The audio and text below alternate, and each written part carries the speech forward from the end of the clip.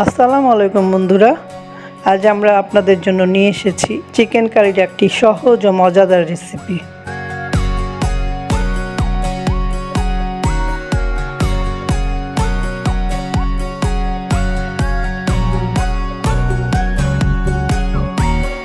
একটি প্যানে কিছুটা তেল নিয়ে তাতে 2টি তেজপাতা, 4-5 পিস এলাচ, 2টি দারচিনি এবং 3-4টি লবঙ্গ দিয়ে তার সাথে 1.5 কাপ পেঁয়াজ কুচি দিয়ে হালকা করে ভেজে নিব।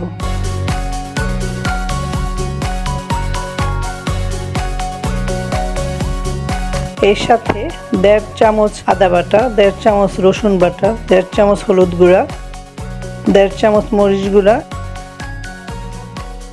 1 চামচ ধনিয়া গুঁড়া এবং স্বাদমতো লবণ দিয়ে মশলাটাকে কিছুটা কষিয়ে নেব।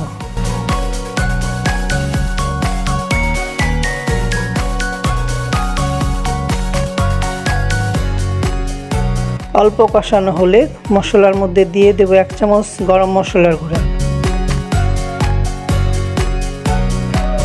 এরপর ভালোভাবে নেড়েচেড়ে মশলার মধ্যে দিয়ে দিব আগে থেকে ধুয়ে রাখা মুরগির মাংসগুলো। ভিউয়ার্স, আমরা এখানে একটি মুরগির সম্পূর্ণ অংশটাকে নিয়েছি।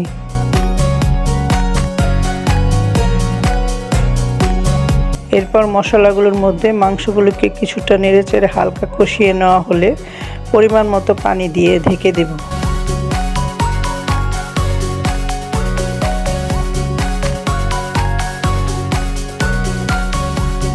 মুরগির মাংস খানিকটা সিদ্ধ হয়ে আসলে এর মধ্যে পূর্ব টুকরো করে রাখা আলুগুলি দিয়ে দেব।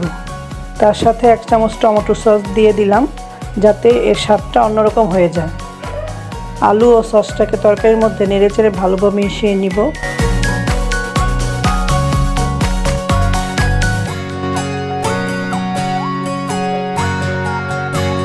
আলুটা সিদ্ধ হওয়ার জন্য কিছুটা পানি দিয়ে ঢেকে দেব।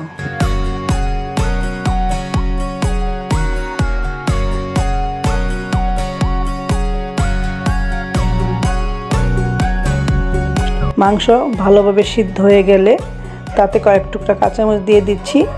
এতে তরকারিতে কাঁচামরিচের একটা আলাদা স্মেল বের হবে।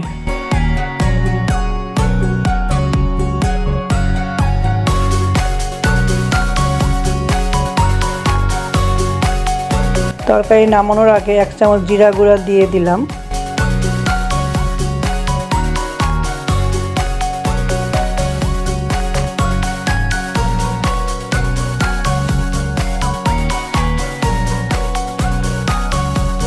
তরকারির ঝোলটা ঘন হয়ে আসলে তরকারি নামিয়ে নেব।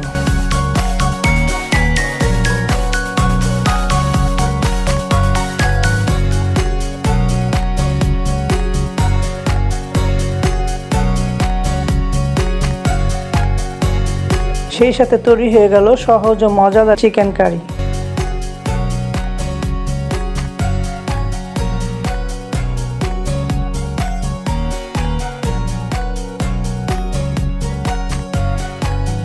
সবাইকে অনেক ধন্যবাদ।